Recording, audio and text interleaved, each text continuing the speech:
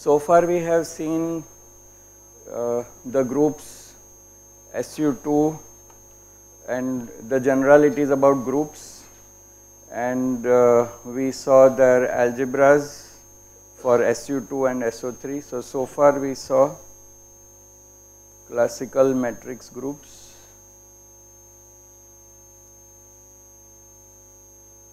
and we saw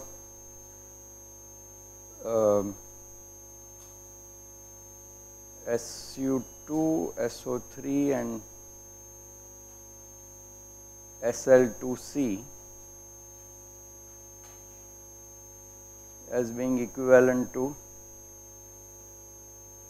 SO31 as being equivalent to SU2A cross SU2B, and this with a bit of inverted commas because there is a complexification involved which works at the level of algebra but not at the level of the global group. Now what we are going to do next is to and we saw that representations of irreps of SU2 and therefore SO3, which at algebra level are isomorphic.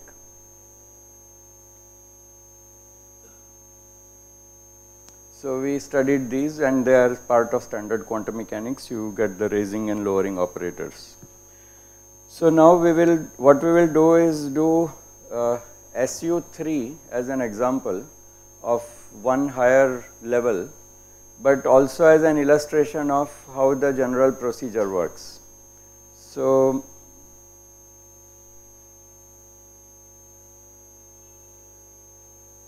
this group is important to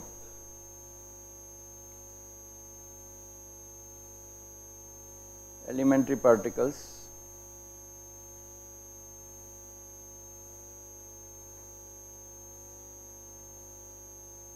but is also illustrates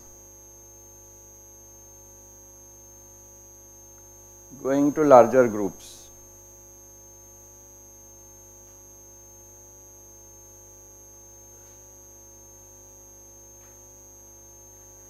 So let me give you first a physical motivation why these are important groups.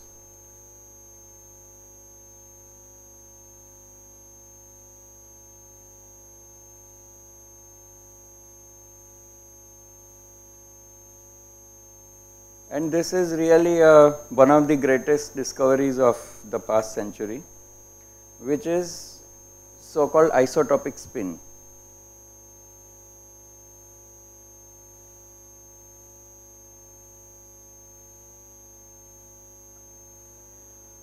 This was an observation of Heisenberg that it does not matter to nuclear forces whether there is a proton involved or neutron. So you know that the history of this nuclear physics was a bit strange because the neutrino, which we might think to be a very unusual particle, was discovered first, and neutron, the big thing, was not known until 1931.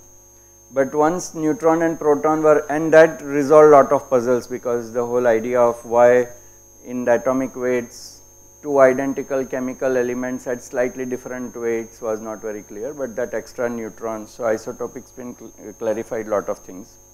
But at this point Heisenberg realized that the strong nuclear forces which bind the nuclei are such that electromagnetism is almost irrelevant there, and even protons which should be just flying apart. If you try to pack 30 protons into a nucleus, they have a huge Coulomb repulsion, but they are not flying away.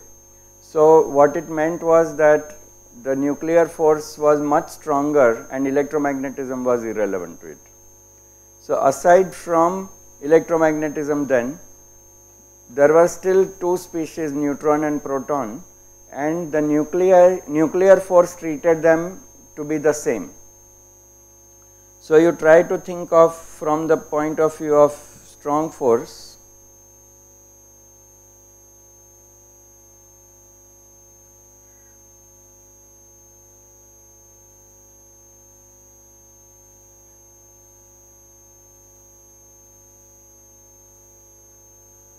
proton and neutron are on same footing.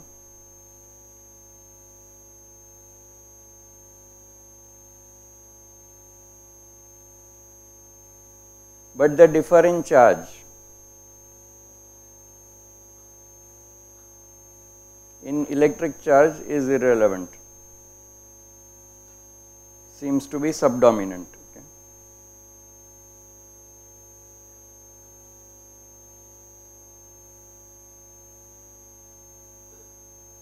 But there would still be two independent kinds of particles, because their spin is of course half, but their magnetic moment, other properties would differ.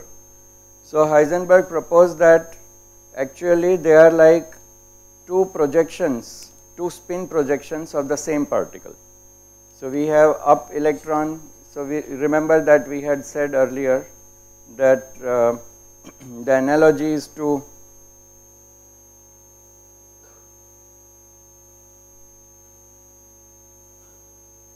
spin, because we had spin up and spin down states, and they can be flipped into each other by magnetic field, but otherwise they would be just on their own.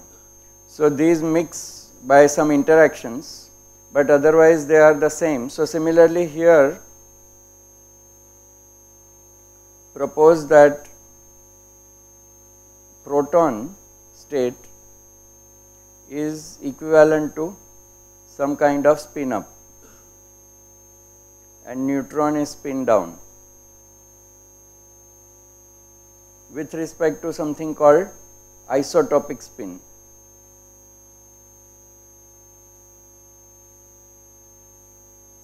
Which is an abstract concept.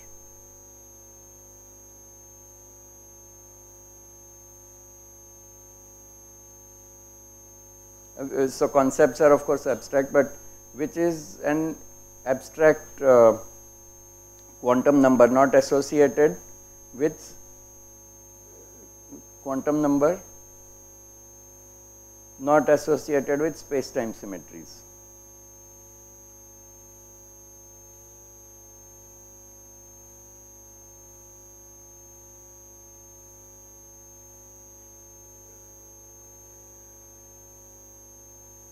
So thus was born the SU2 of isotopic spin,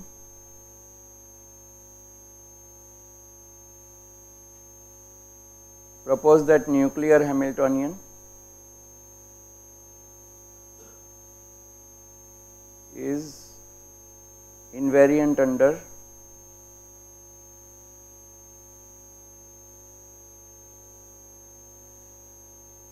SU2 of isotopic spin.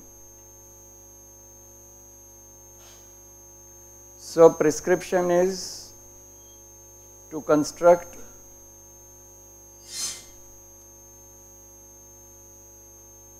the Hamiltonian entirely out of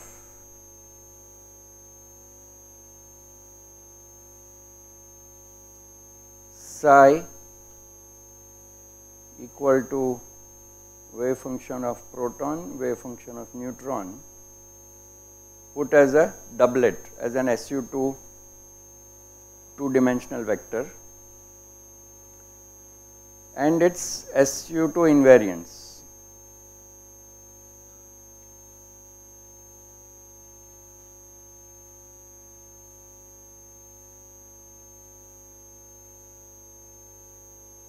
Like psi dagger psi,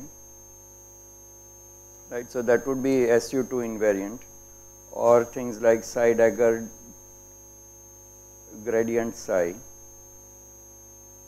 etc. Okay.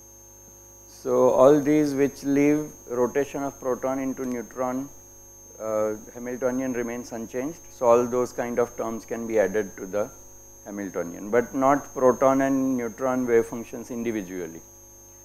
So this was a big change. Of course, that there is a small mass difference between the two. Then you can by hand add some quote symmetry breaking terms that break the SU2 symmetry, but they would be small corrections to the main Hamiltonian, which would be isotopically invariant. Now, later on, there were some historical accidents.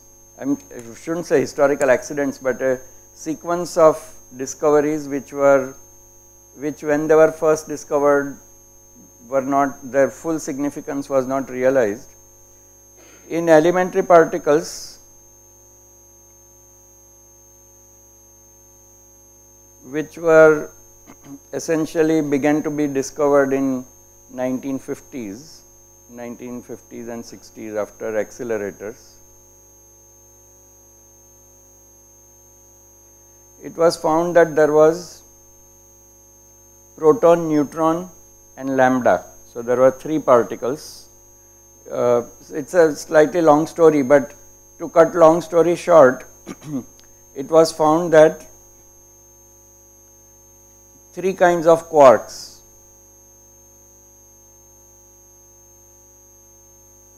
up, down and strange, made up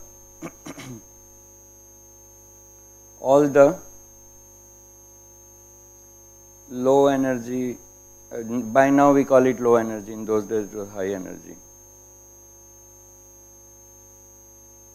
hadrons and mesons.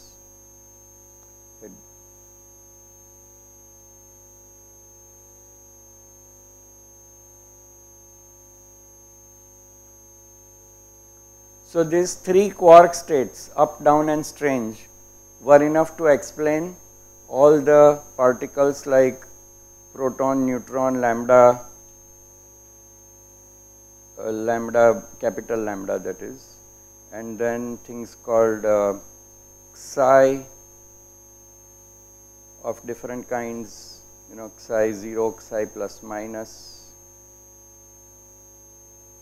and then of course pi mesons, pi plus minus, pi 0 and k0, k0 bar. So, there was a long list of such particles, but they could all be found as if they were a spectrum, excited spectrum of just 3 quarks, up, down and strange.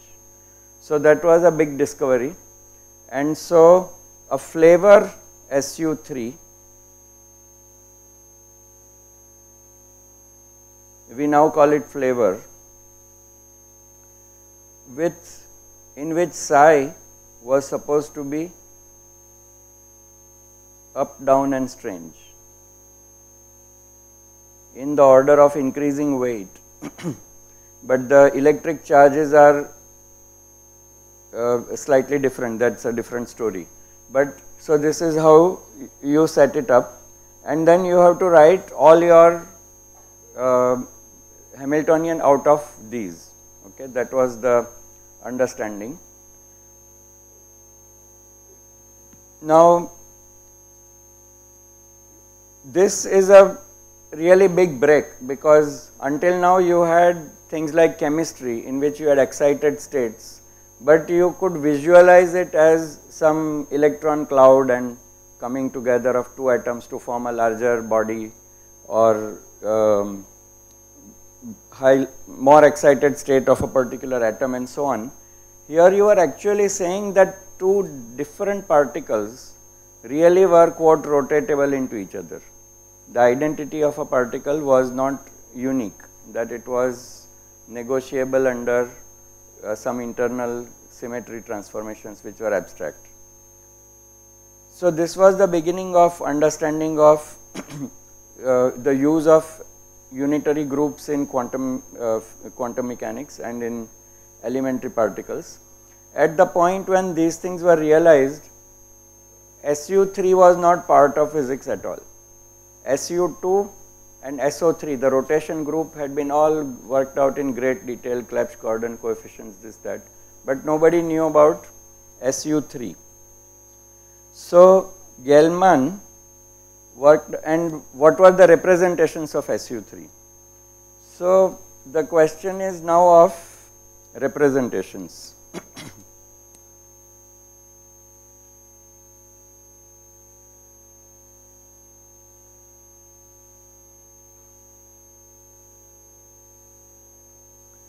For SU2, we had the raising and lowering operators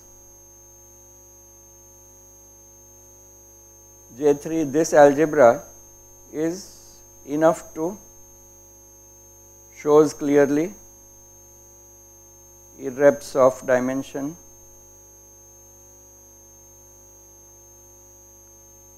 to j plus 1, right, and j equal to integer or half integer.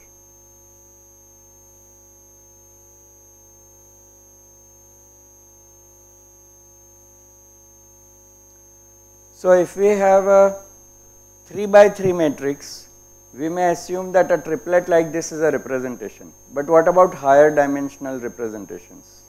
So, this was not clear at that point, and it had to be essentially worked out by hand, and we will go through a particular version of this.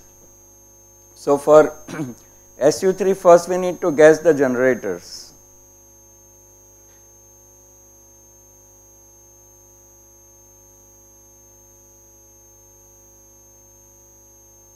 And what we are writing down is what is Gelman's notation. And the idea is like this: if there is SU2, then if there is SU3, then it clearly has a subgroup SU2. Okay. So, suppose we start with a matrix lambda 1, which is 3 by 3.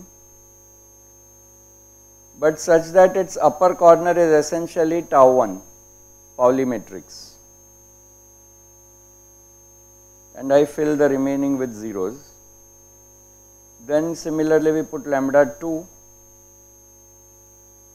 as being 0 minus I 0, and then 0 0 0 0 0. So, this should certainly be in the list of, and we put a lambda 3 matrix, which is 1 minus 1, 0 0 0 0 0 0 and 0.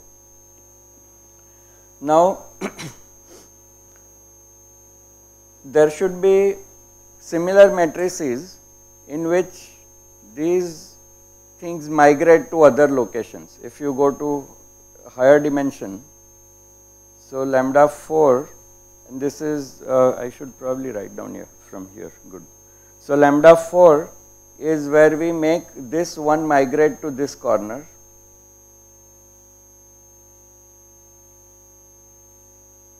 Lambda 5 is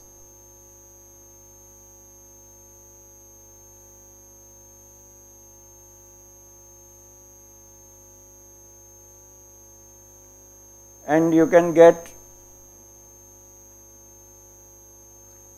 guess that lambda 6 and lambda 7 are found in are proposed in similar way.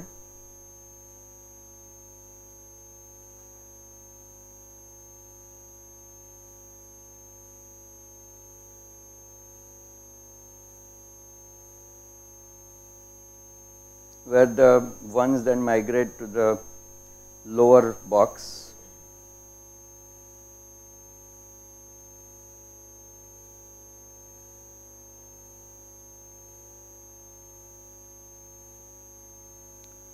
But now you know that from counting that SU3 has to have 8 generators. So, we need an 8th generator, but we have exhausted all the sigma matrix structures. The sigma 1, sigma 2 structure has been all exhausted. We should also remember that you have to have Hermitian and traceless matrices to get the unitary determinant equal to 1, because if the trace is non-zero, then the determinant will come out bigger than 1. So, you need to propose something that is Hermitian, traceless, and would be diagonal. It will commute with all the others. So, the only way to make this is to write 1 1, and it has to be linearly independent from that.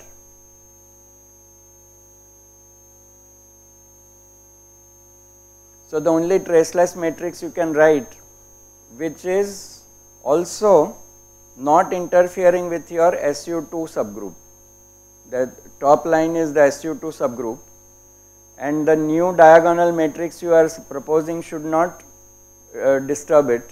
So it should be diagonal in the upper the upper corner. That only leaves you to put something non-trivial in the bottom, which you put to make the trace equal to 0. And then you need to normalize this. So if you normalize this by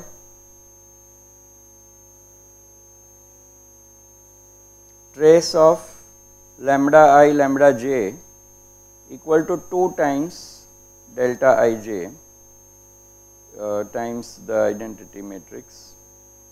So this is because you remember Pauli matrix is if you square the Pauli matrix you get 1 identity, and if you trace it therefore you will get 2 as the answer. Gell-Mann made the choice 2, which I do not think is universal. The correct thing should have been to put n for size n, but that does not matter, that is the choice made and used by particle physicists everywhere.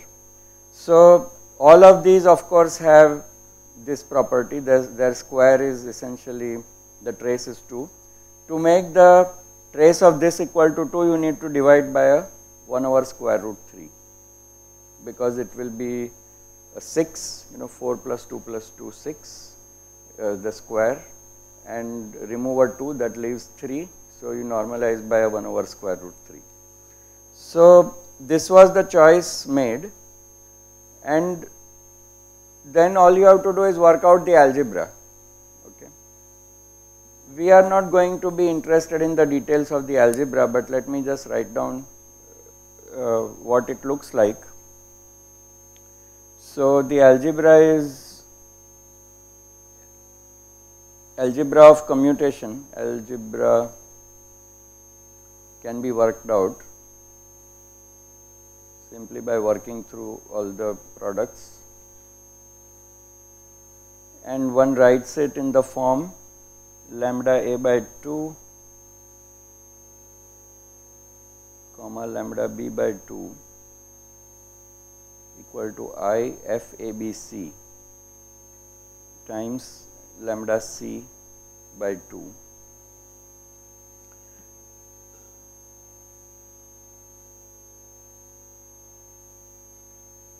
And of course that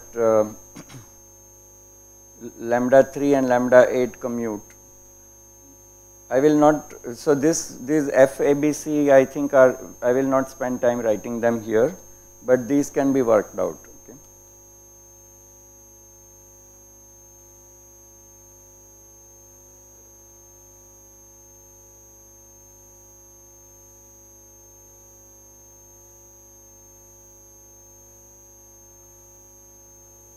What we want to now see is how we repeat the raising and lowering operator business.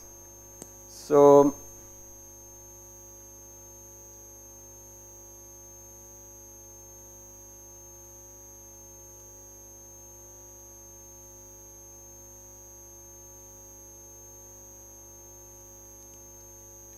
here we see that there are going to be two kinds of raising and lowering operators, or rather three kinds.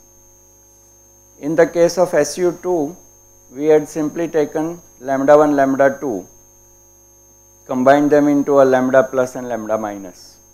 But here we also have this pair and we have this pair. So there are actually three directions in which you can raise and lower, and this is done like this. So you define T plus minus to be equal to lambda 1 by 2 plus minus I times lambda 2 by 2. So these are our usual old isospin. So that is the isospin subgroup of the, there is a very cute accident that this flavor SU2, flavor SU3, its SU2 subgroup actually works as the isospin group, although the flavor we applied to these fundamental particles quarks U, D and S, and isotopic spin is proposed for proton and neutron. But it turns out that the way proton and neutron are composed of quarks, the isotopic spin just applies their without too much change.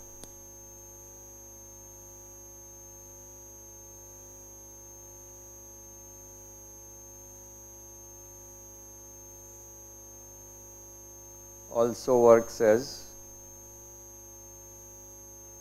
I mean, physically applicable.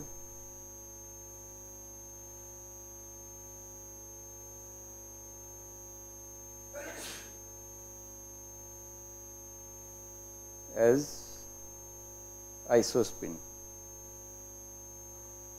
because proton and neutron only contain these. So, proton is UUD and neutron is UDD. So, they differ only in this middle entry UD. So, because this U and D are same, essentially the UD algebra works for proton and neutron, which is actually subgroup of this. So, that is a nice accident. I mean, that is how eventually it was discovered. So, I shouldn't call it accident, but that is how it works. But so coming back here, that for this T plus minus are the isospin raising and lowering operators of previous discussion, and then from 6 and 7 we call it U.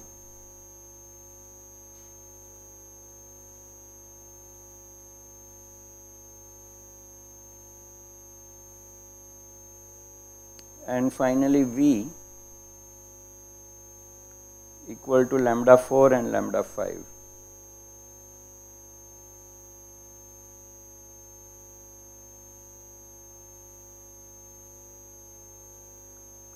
And we introduce Y equal to 1 over square root 3 times lambda 8.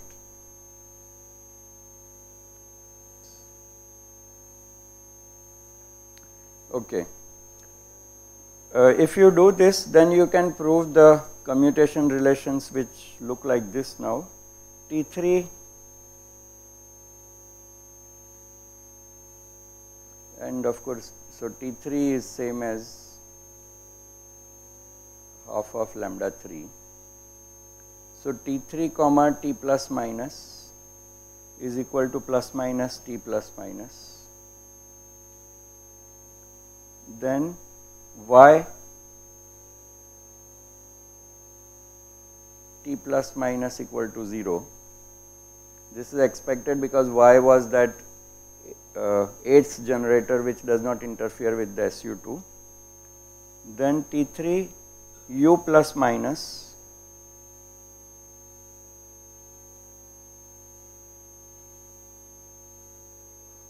is equal to minus or plus a half U plus minus, and YU plus minus is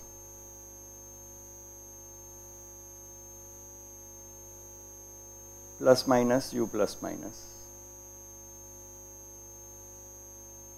and finally T3 T3 V plus.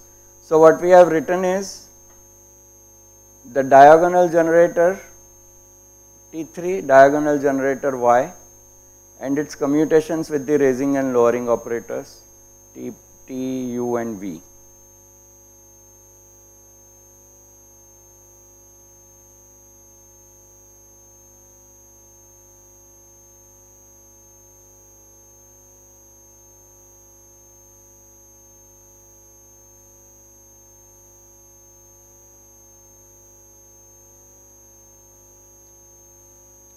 So what does this mean? We have now all these extra generators and things are being raised and lowered in different directions.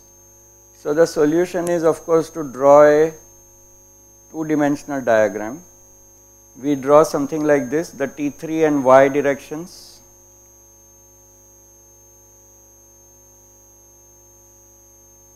So let me first draw here T3, which is the eigenvalue of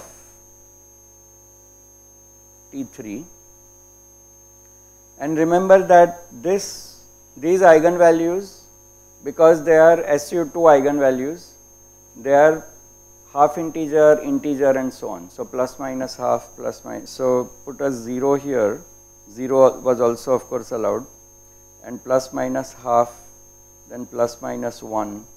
So, these are the possible things for T3. But now, and you could raise and lower using T plus T minus. Okay, so T plus takes you here and T minus takes you here, raises the eigenvalue by a unit. Okay, so this is minus 1, this is 1, and these are half. So the action of T plus and T minus changes the eigenvalue of T3 by 1 unit. This we knew for SU2. But now we get eigenvalues of Y as well.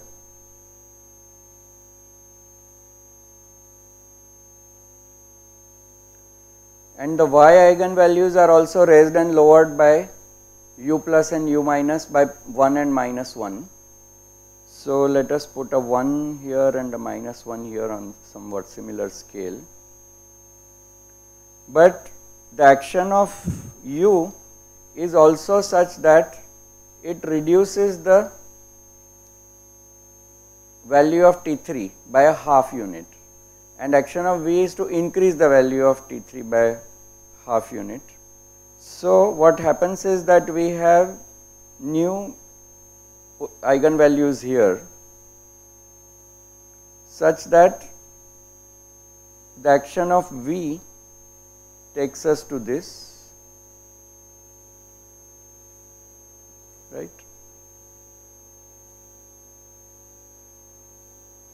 V, because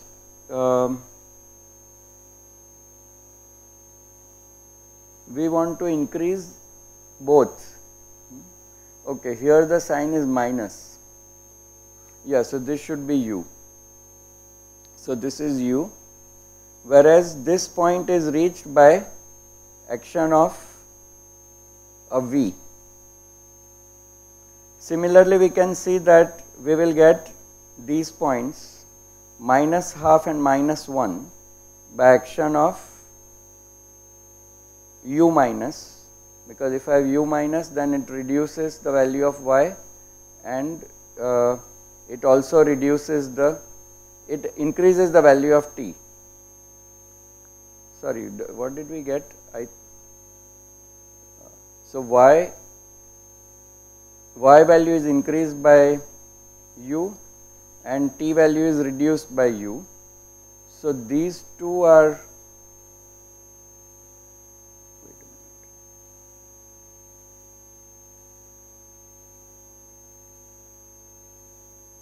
Yes, so that's right. So both of these, which increase the value of Y by half, are plus are in this and minus are in the lower quadrants.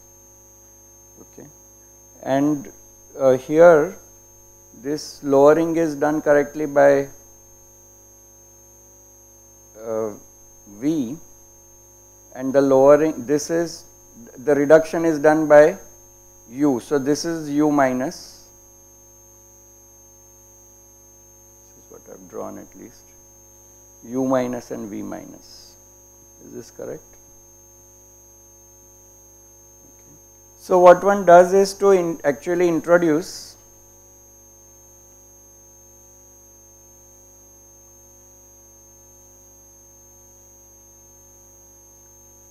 first the simpler representations, which are just triplet. This just shows the direction of increase and decrease, and it's anyway got slightly messed up. So we start with 3 and 3 star,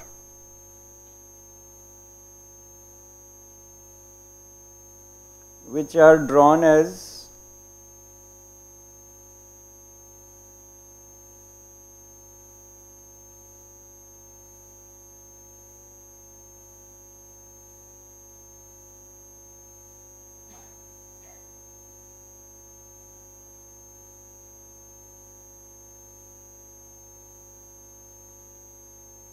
So these two are separated by, this is half and plus and minus half, and this is plus 1.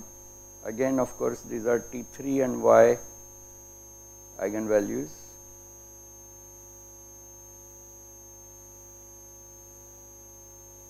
And we call this the 3 or 1 0.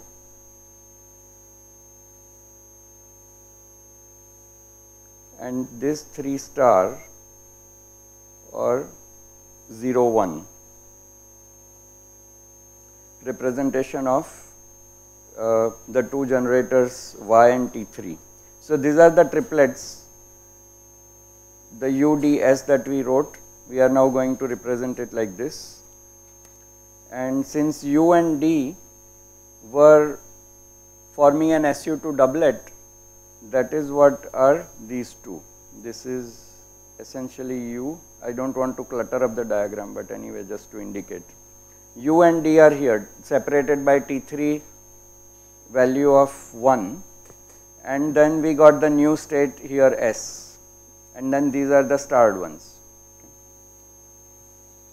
So the old SU2 isospin will continue to be there on the horizontal axis, and then plus we get the extra thing.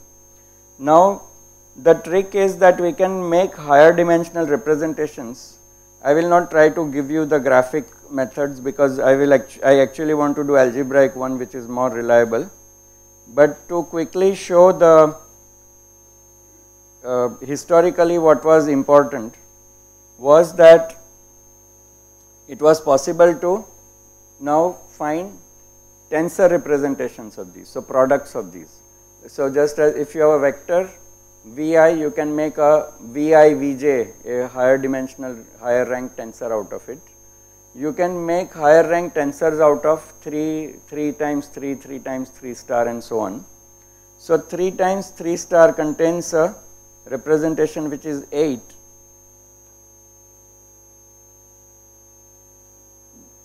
So it splits into an irrep 8 and a 9th which is SU3 singlet.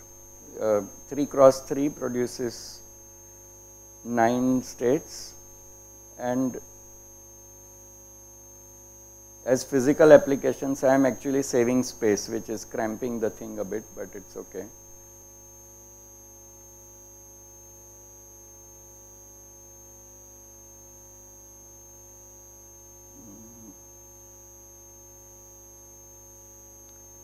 So as it worked out, the pi mesons fell on an SU3 diagram of, so of course Gell-Mann had to identify what physically Y meant, and that Y generator was hypercharged.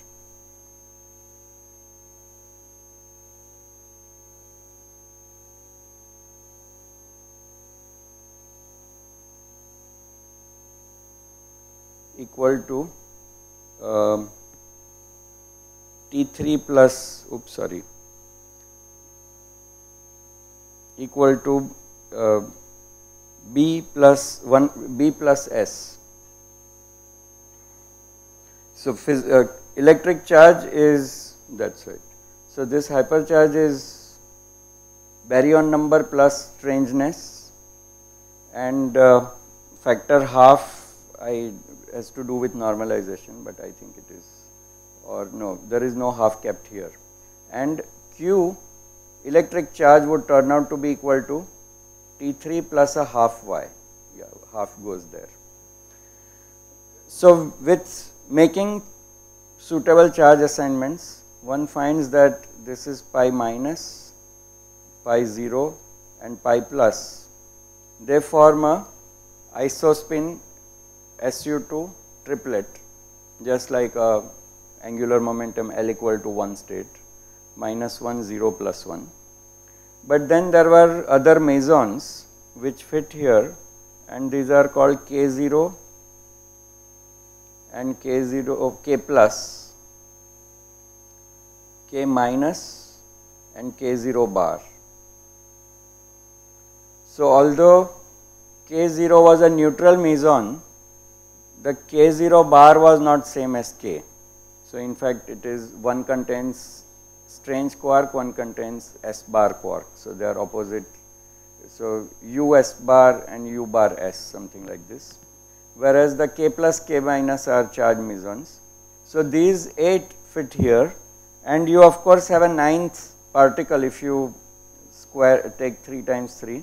That one is usually indicated nearby, and that is called an eta meson. Okay.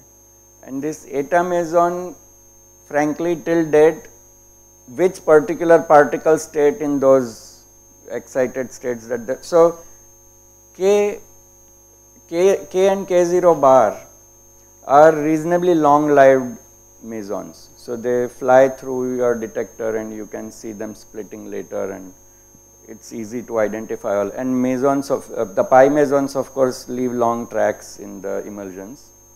But all other particles that were discovered were all much short lived. So they are only seen as resonances, and the width of the resonance basically tells you the mass of the particle. The time scale for which it lives is inverse of the mass of the particle. And so this is a physical application. There was another, well, so I meant to draw the other diagram, let me draw it anyway, because historically that was the most important thing discovered. Gell-Mann went on to propose that there is a representation 10 dimensional irreducible representation, which now looks like this: T3 Y, on which here we have these 4 states. The jump is by 1, so these are half integer representation of T3. Then there is integer 1 0 minus 1, and then another plus minus half. Now these particles had been discovered, okay, and these were called N star, and there are various charge states which I forgot to write: sigma star and psi, so called psi hyperons. So they fall on this. If we think a little bit, we can, and this is Y, and if we apply this formula T3 plus half Y, we can work out the charges. So for example, this has to be minus 1 0 1, and this may start with 2 1 0 minus 1, something like this. But so these are all separated by shifts in T3, which would change Q by the same amount. So they differ in charge by 1 unit. The interesting point was that these were known, and Gell-Mann, using this formula, laid them out like this, and then he realized that that did not complete a representation of SU3. So you needed something here to make up the full representation, and so he proposed that there should be a particle here, and this has actually omega minus. So it is omega of charge minus 1, that is what fitted with rest of the multiplet. So this decuplet was more or less by matching, so it was like spectroscopy of the hadrons, and from which, with some educated guesswork, he guessed that there was this representation 10, which we can work out next, and that this particle should exist. Not only that, this splitting along the direction Y of this multiplet is proportionate. So if you know this distance, the mass difference between, so this row was all roughly same mass. Each row has approximately same mass.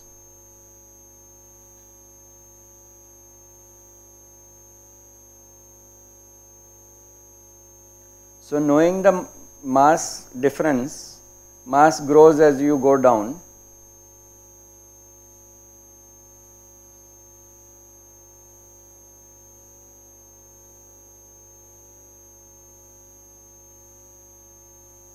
These are simply observations, okay. putting things on it, and you see that this is how they fall. In fact, you would put them in same row because they all have same approximately same masses, and their isospin differences can be found because the decay modes would contain pi plus or pi minus. So that gives the I3 difference to be correctly plus or minus 1. And so finally this had to exist, and so omega minus can be predicted along with its mass.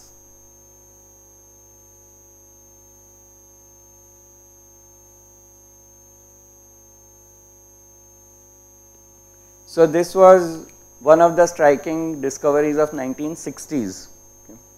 But that launched this whole idea of an internal symmetry of particles, which is not just something spectroscopic, which is not just some excited state of something, but fundamentally distinct species actually have an internal symmetry that connects them. So this is one of the biggest discoveries of the past century.